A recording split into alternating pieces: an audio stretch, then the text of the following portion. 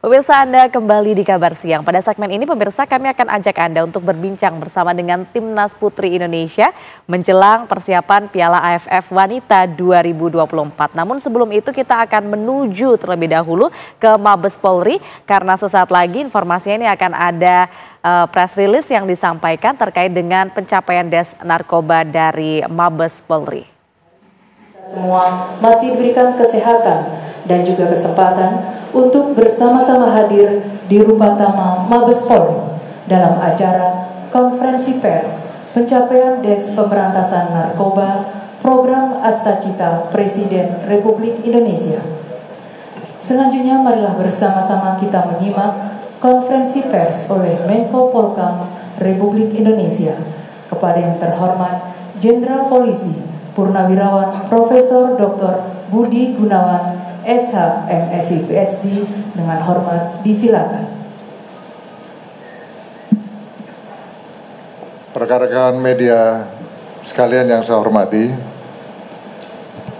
di dalam berbagai kesempatan Bapak Presiden, Bapak Prabowo Subianto telah menekankan akan pentingnya mengambil tindakan tegas secara menyeluruh untuk menghancurkan jaringan narkoba hingga ke akarnya. Oleh karenanya pada hari ini pemerintah, dalam hal ini kementerian lembaga yang tergabung di dalam Des Pemberantasan Narkoba, yaitu Polri, kemudian TNI, Kejaksaan Agung, BNN, PPATK, Sekretariat Negara, Kementerian Imigrasi dan Pemasyarakatan, Kementerian Agama, Kementerian Pendidikan Tinggi, Sains dan Teknologi, Kementerian Pendidikan Dasar Menengah, Kementerian Kesehatan, Kementerian Sosial, Kementerian Komdigi, KSP, Kantor Komunikasi Kepresidenan, Bakamla dan Bea Cukai telah melaksanakan rapat koordinasi hasil capaian pemberantasan narkoba dari Des Pemberantasan Narkoba. Rekan-rekan media sekalian, bahwa saat ini Indonesia dapat dikatakan dalam kondisi darurat narkoba.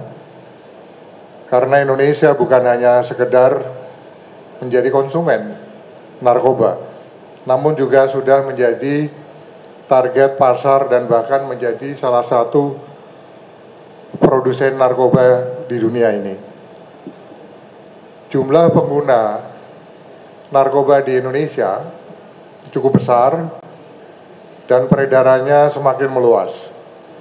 Tidak hanya di kota-kota besar saja, tetapi juga sudah menjangkau di daerah-daerah terpencil. Pada tahun 2024, angka prevalensi penyalahgunaan narkoba di Indonesia telah mencapai 3,3 juta orang yang didominasi oleh generasi muda, terutama remaja yang berusia 15 hingga 24 tahun.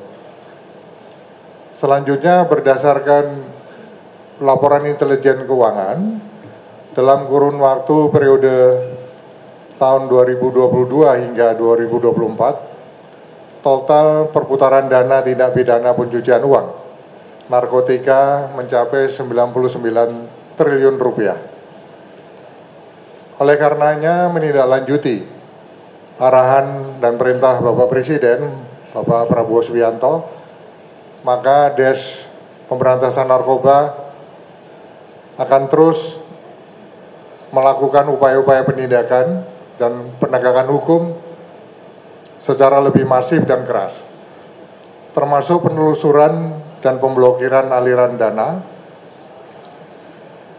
penerapan pasal TPPU bagi pengedar dan bandar begitu, serta melakukan kampanye dan edukasi publik untuk pencegahan bahaya narkoba. Ada 3 hal yang menjadi komitmen bersama dari Rakor pada hari ini. yang akan segera ditindaklanjuti sebagai upaya langkah prioritas dalam pemberantasan narkoba. Yang pertama adalah komitmen penuh dari seluruh kementerian lembaga yang hadir pada rakor kali ini untuk memperkuat sinergi dan saling mendukung dalam upaya pemberantasan dan memerangi narkoba. Sinergi ini mencakup koordinasi yang semakin intensif di dalam langkah tindakan preventif, penegakan hukum, rehabilitasi, edukasi, dan kampanye pemberantasan narkoba. Kedua, pemerintah juga akan memasifkan penelusuran dan pemblokiran dana rekening terkait peredaran narkoba, serta mengkaji percepatan eksekusi hukuman mati bagi terpidana narkotika yang sudah inkrah atau berkekuatan hukum tetap dan sudah tidak ada lagi upaya hukum, sehingga tidak ada lagi ruang peredaran narkoba yang dikendalikan dari dalam lembaga pemasyarakatan. Ketiga, pemerintah akan terus menggencarkan langkah-langkah edukasi dan kampanye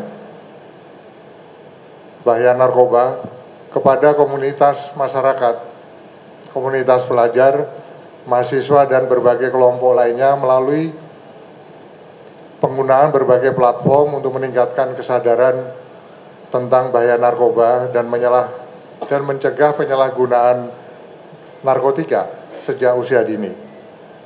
3 hal inilah yang tadi sudah diputuskan di dalam rakor kali ini dan menjadi komitmen bersama dan akan segera ditindaklanjuti oleh Polri, TNI, Kejaksaan, serta kementerian lembaga yang tergabung dalam Des Pemberantasan Narkoba, baik itu BNN, PPATK, Seknek, Kementerian Imigrasi dan Pemasyarakatan, Kementerian Agama, Kementerian Pendidikan Tinggi, Sains dan Teknologi, Kementerian Pendidikan Dasar dan Menengah, Kementerian Kesehatan, Kemensos, Kemenkomdigi, KSP, Kantor Komunikasi Kepresidenan, Bakamla, dan Bea Cukai.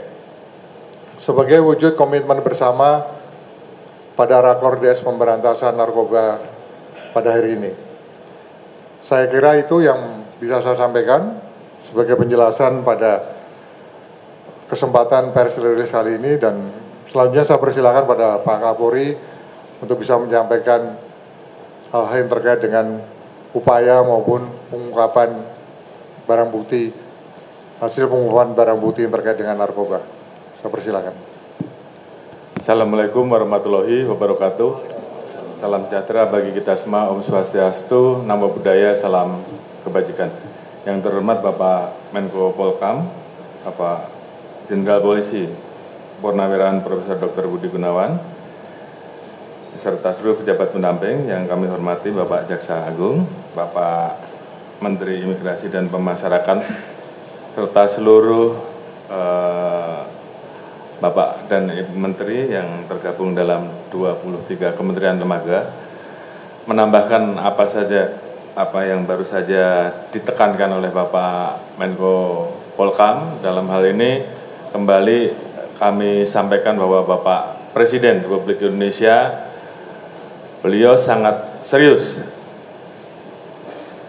dalam hal memastikan bahwa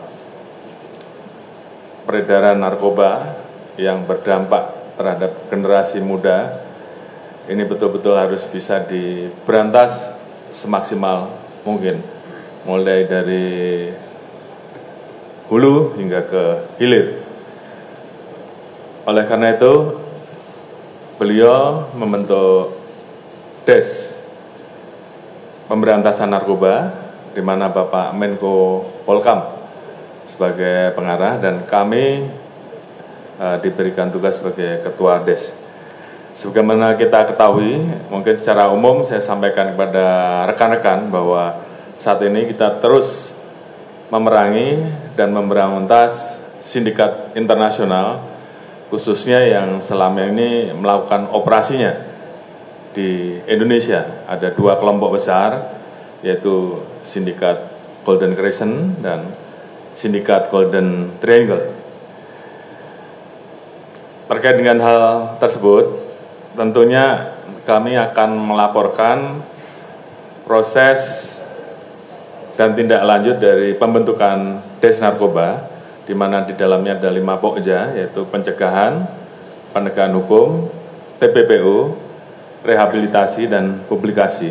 Dan kami akan laporkan penegakan hukum ataupun pengungkapan yang kami lakukan dari mulai tanggal 4 November sampai dengan 3 Desember 2024 atau dalam kurun waktu 1 bulan setelah dibentuknya DES. Mungkin kami laporkan dulu terkait dengan kegiatan yang dilakukan oleh Pokja pencegahan. Dengan sasaran tentunya kita ingin bahwa beberapa wilayah yang saat ini terdetek menjadi kampung narkoba, maka kami seluruh kementerian lembaga bersama-sama bekerja tentunya dengan pemerintah daerah untuk mengubah kampung yang tadinya dikenal sebagai kampung narkoba menjadi kampung bebas narkoba.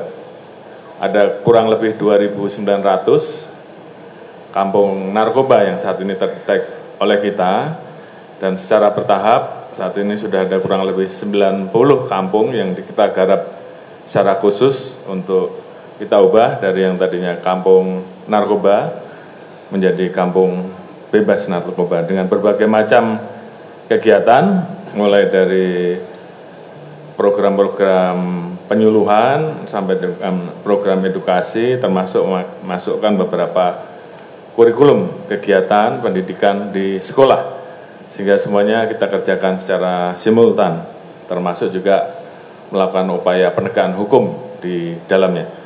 Kemudian kami laporkan terkait dengan Pokja penegakan hukum bahwa selama 1 bulan ini kami telah memproses 3.608 perkara dengan mengamankan kurang lebih 3.965 tersangka serta barang bukti senilai 2,88 triliun rupiah. Terdiri dari sabu 1,19 ton, ganja 1,19 ton, obat keras 2.200.000 butir lebih, Happy Five kurang lebih 1.163.000, ekstasi 370.868 butir, hasis 132 kg, tembakau gorila 12.576 gram, kokain 251,3 dan gram, ketamin 194 gram.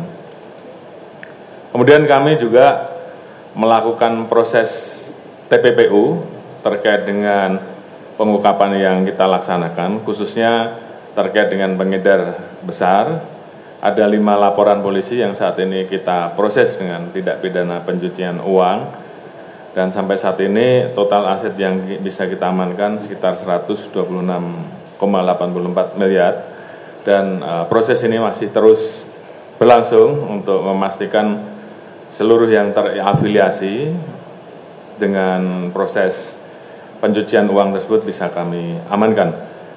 Kemudian juga kita melaksanakan kegiatan rehabilitasi. Ada 469 orang pengguna narkoba yang saat ini kami lakukan rehabilitasi. Tentunya ini dilakukan berdasarkan asesmen dari BNN, kemudian dari Kejaksaan, dan diputuskan oleh pengadilan untuk mengurangi beban jumlah napi narkoba yang memang saat ini tadi dilaporkan mayoritas rata-rata berasal dari pengguna dan pengedar narkoba. Kemudian kegiatan-kegiatan lain termasuk publikasi. Dalam hal ini mungkin kami sampaikan 3 pengungkapan kasus menonjol narkoba yang beberapa waktu sudah dilaporkan atau mungkin dirilis secara parsial. Saat ini kami jadikan satu. Yang pertama adalah pengungkapan pabrik obat keras Eksimer di Tasikmalaya, di Jawa Barat pada tanggal 8 November. Diamankan 9 orang tersangka, mulai dari pengendali, pemodal, peracik, dan pencetak. Barang bukti yang diamankan 1 juta butir, kemudian berlabel LC, LL, dan YY seberat 170.000 gram. Ada kurang lebih estimasi nilainya 700 juta. Kemudian yang kedua, pengungkapan sabu jaringan Afghanistan di Kampung Ambon di Jakarta Barat pada tanggal 17 November lalu. 1 orang diamankan dan saat ini kami terus melakukan pengembangan. Namun kita amankan 389 kg sabu dengan nilai kurang lebih 800 miliar rupiah. Dan ini tentunya kita bisa menyelamatkan masyarakat dari penyalahgunaan penggunaan narkoba ini sebesar 2,2 juta jiwa. Kemudian pengungkapan klandestin lab hasis di Uluwatu, Bali beberapa waktu yang lalu yang dilakukan oleh Direktorat Narkoba pada tanggal 18 November. 4 orang tersangka sebagai peracik dan pengemas saat ini kita amankan. 4 orang saat ini masih kita guru sebagai DPO. Beberapa waktu yang lalu ini juga sudah disampaikan, kita mengamankan barang bukti 1.163.210 butir Happy Five, 132,9 hasis dan bahan baku pembuatan. Dan yang menarik adalah kita amankan 7.365 cartridge yang ini terindikasi merupakan cartridge untuk jenis vape, mungkin rekan-rekan tahu semua. Kemudian 17 unit mesin dan estimasi barang bukti yang kita amankan sebesar 1,52 triliun. Dan tentunya ini kalau dilepaskan tentunya akan berdampak kepada 1,49 juta jiwa. Dari keseluruhan barang bukti yang diamankan, total semuanya tentunya kita bisa lebih 10 juta dari penyalahgunaan narkoba. Kemudian untuk meningkatkan efektivitas penanggulangan narkoba ke depan, tentunya ada beberapa kesepakatan dan rekomendasi tadi yang akan kita lakukan ke depan. Yang pertama terkait dengan masalah penegakan hukum.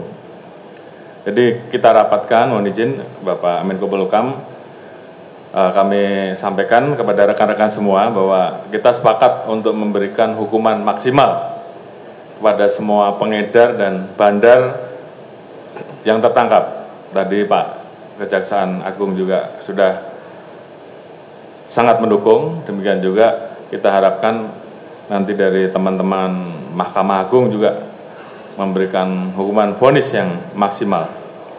Kemudian juga dari Kementerian Imigrasi dan Pemasyarakatan, kita sepakat bahwa seluruh pelaku pengedar narkoba ini akan ditempatkan di super maksimum security. Sehingga ini juga bisa memotong potensi peredaran atau pengendalian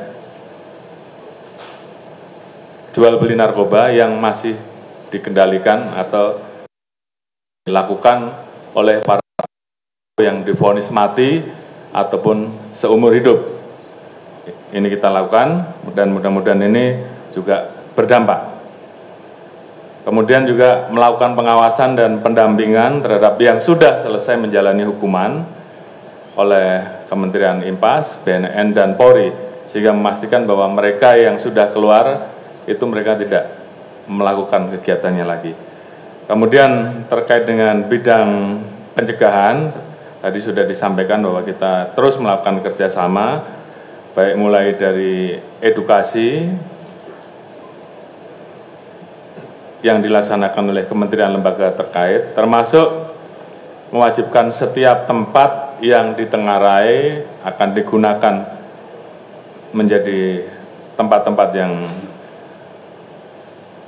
akan dimanfaatkan untuk mengedarkan atau melakukan transaksi, baik di kafe, restoran, tempat makan, tempat hiburan, dan lain-lain, untuk menempatkan atau menempelkan stiker himbauan anti narkoba, sehingga kampanye ini kita lakukan secara bersama-sama dan masif, termasuk tempat hiburan yang dapatan di wilayahnya digunakan untuk peredaran, kita akan berikan teguran. Namun apabila teguran tidak diindahkan, maka kita akan melakukan pencabutan terhadap izin tempat-tempat tersebut, termasuk juga apabila mereka terlibat di dalam peredaran, kita akan proses pidana. Kemudian pengawasan terhadap wilayah-wilayah perbatasan, termasuk juga wilayah laut kita, terutama jalur-jalur tikus. Ini akan dikerjasamakan bersama-sama dengan TNI, Polri, BNN, Bakamla, KKP, Kemenlu, Kemendagri, dan kementerian terkait lainnya. Kemudian di bidang TPPU, jadi ini juga menjadi kesepakatan kita, karena memang yang harus kita potong adalah rantai transaksi mereka, sehingga kita sepakat kita akan mengoptimalkan pembukuan dan penyitaan uang yang ada di dalam rekening, serta melakukan penerapan TPPU, termasuk tadi akan kita rapatkan untuk mendorong kepada pembuat undang-undang untuk memberikan ruang kepada PPATK untuk memfreeze lebih lama, termasuk juga kemudahan terkait dengan sistem penyitaan, sehingga kemudian kita bisa melakukan